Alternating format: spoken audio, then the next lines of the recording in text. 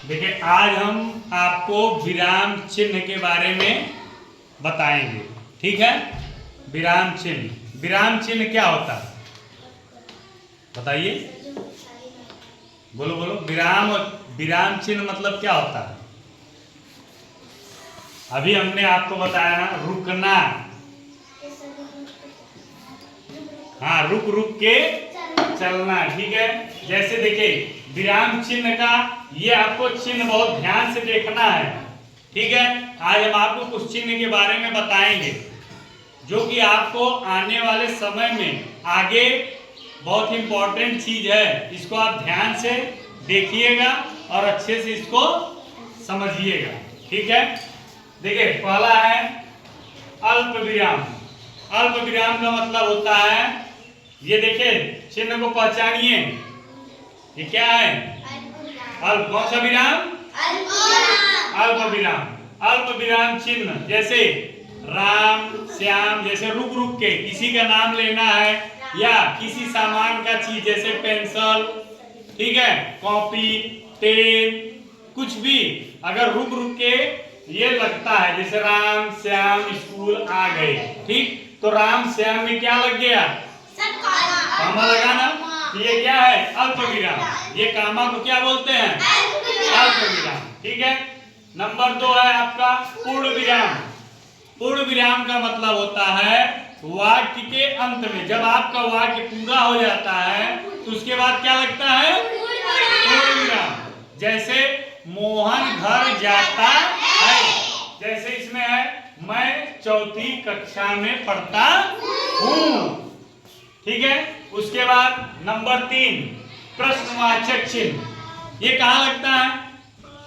ये जैसे आपसे कोई पूछता है कुछ, तो लास्ट में आपको महसूस होगा कि ये प्रश्नवाचक, ठीक है, तो उस जगह पे ये चिन्ह लगता है, प्रश्नवाचक चिन्ह। ठीक है, जैसे तुम्हारा घर कहाँ है, इसमें क्या आया? क्या है कि तुम्हारा घर कहाँ है, तो प्रश्नवाचक हो गया ना, तुमको उत्तर देना है। ठीक है, वैसे चौथा है विस्मय बोधक चिन्ह। विस्मय बोधक कहाँ लगता है? खुशी में, खुशी में, घृणा में, ठीक है, और दुख में। ठीक है, अरे जैसे कहीं किसी का भी अगर आप सुनते हैं कि एक्सीडेंट हो गया तो बोलेंगे अरे ये कैसे हो गया? अरे का मतलब होता है ये विस्मय बोधक चिन्ह। यहाँ जैसे अरे वह दिल्ली नहीं गया, अरे वह आगरा नहीं गया, अरे वह लखनऊ नहीं गया, तो अरे के बाद क्या होता है?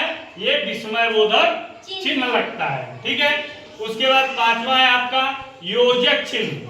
योजक चिन्ह मतलब होता है एक दूसरे को जोड़ना। ठीक है, जैसे आजकल वह घर नहीं आता, आजकल वह घर नहीं आता, तो आस पास, ठीक है, जल नल, ये योजक चिन्ह में, बीच में योजक चिन्ह का निशान यही है, ध्यान दीजिएगा, मेन यही है। ठीक है, उसके बाद नंबर 6 इकहरा अवतरण चिन्ह। ये इकहरा अवतरण चिन्ह है। कौन सा है? इकहरा मतलब एक, जिसके द्वारा वो रचित हो। जैसे महर्षि वाल्मीकि ने रामायण की रचना की। किसकी रचना की? तो रामायण, तो उन्होंने की, इसलिए इकहरा, उन्होंने की है इसलिए क्या लगेगा? इकहरा लगा हुआ है। इकहरा मतलब एक कामा, इकहरा मतलब एक कामा। और नंबर 7 देखिए दोहरा अवतरण चिन्ह। दोहरा अवतरण चिन्ह का मतलब होता है कि दो मतलब किसी जैसे इसमें से अगर कोई और बोलता है तो वहां क्या हो जाएगा? दोहरा अवतरण चिन्ह। जैसे कोई कुछ बोलेगा, जैसे मोहन बोला, क्या बोला? दीदी आपसे एक बात कहनी है, ये किसी और की बात थी, इसलिए वहां क्या हो गया?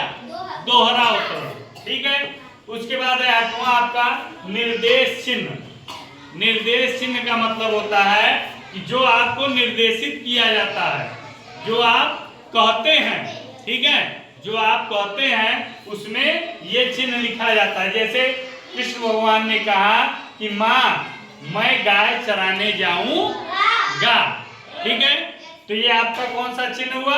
निर्देश। ठीक, निर्देश चिन्ह। बात समझ में आई?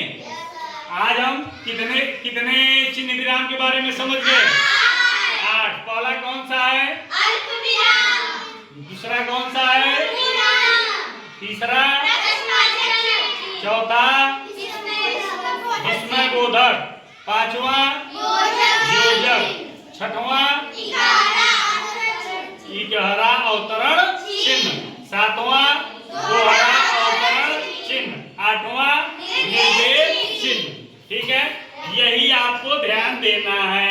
ये हो गया अल्प विराम, पूर्ण विराम, प्रश्नवाचक, विस्मयबोधक, योजना, योजक चिन्ह और इकहरा, दोहरा अवतरण चिन्ह और निर्देश चिन्ह। ठीक है, अच्छा लगा?